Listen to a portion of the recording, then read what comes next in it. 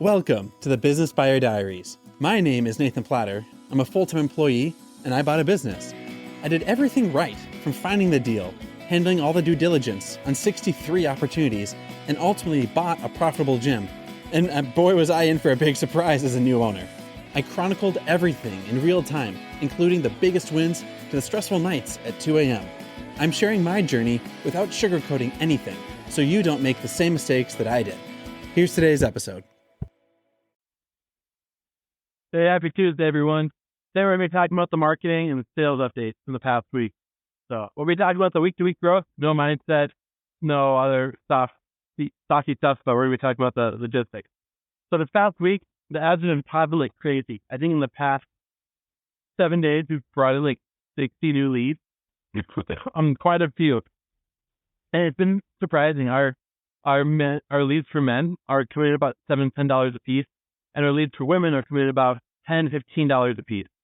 Now, that's remarkably low. A typical normal rate in our market in the Twin Cities is like $25 or so a lead.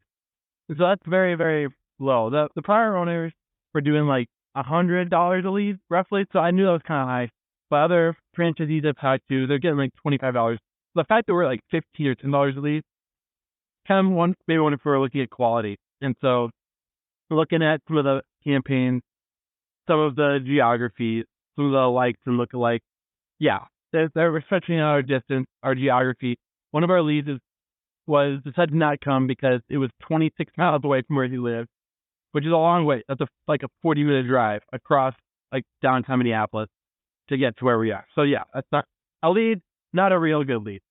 Other folks that are checking us out across the Twin Cities that are not as far, but still not nearly as likely to sign up if they were to show.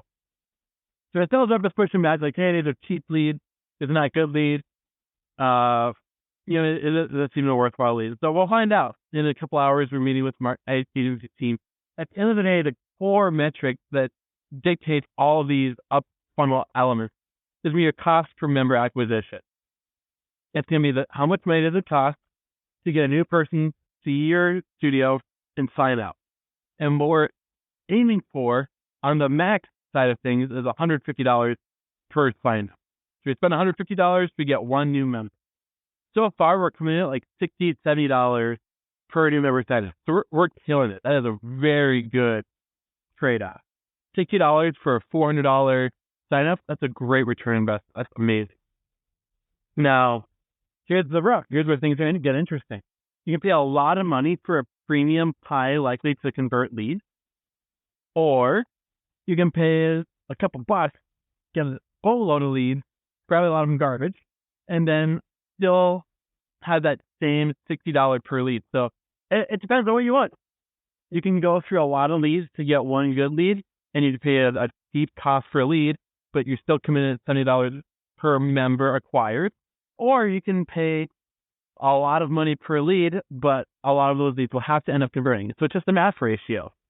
And at the end of the day, we're gonna look at over the past week, they've kicked up a lot of dust in terms of a high number of leads, but are those leads converting so that it still is a better cost per acquisition ratio?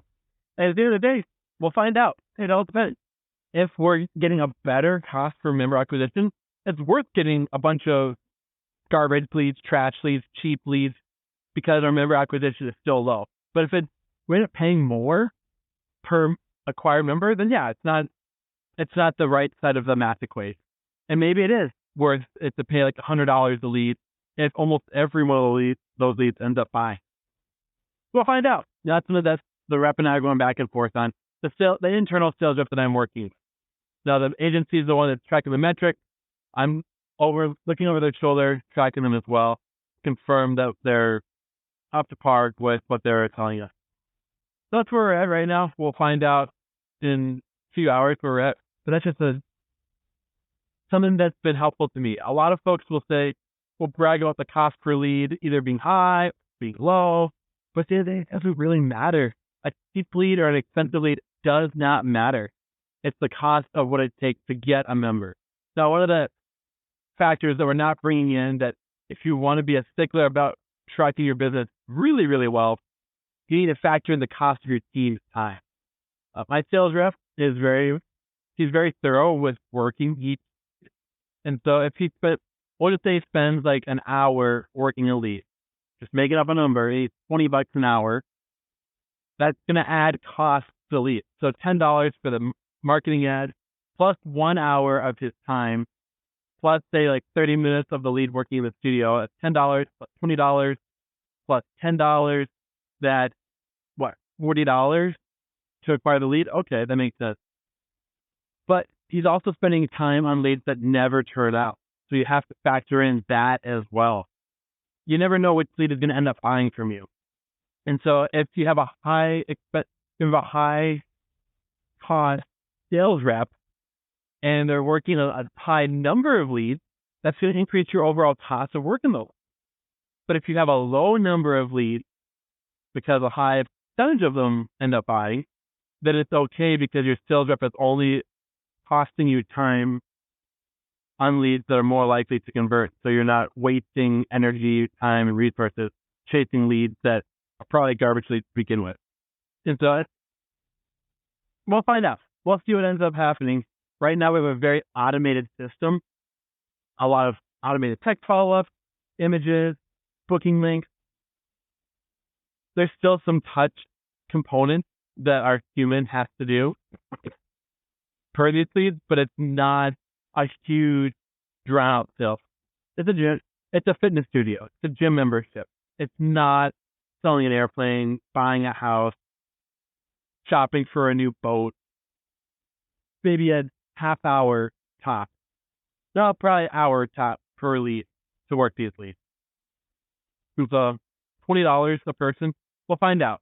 Well, I'm keeping it basic. I'm not including the cost of my people's time in the equation. I'm right now looking at only the marketing dollars, the cost of ads, and what it takes to get them to. So we'll see. We'll find out one way or the other. But that's really the factor in.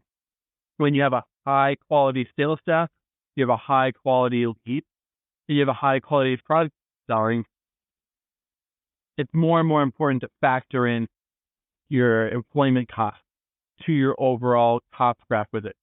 And for a fitness studio, these folks are not making $500,000, even $100,000. My sales rep is probably making like 40, 50 grand. And that's in line with Planet Fitness, LA Fitness, Snap Fitness, Anytime Fitness. That's pretty much a sales rep rate. That's all right. That's what we're going to be doing today. I'll keep you posted on what we end up finding, and we'll rock and roll from there. This has been another episode of the Business Buyer Diaries. Subscribe so you don't miss the next episode. I hope you're realizing that business ownership is no cakewalk.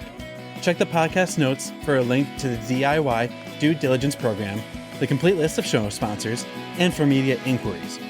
Music written and composed by Wes Schrock. I'm your host, Nathan Platter. Join me again on the next one.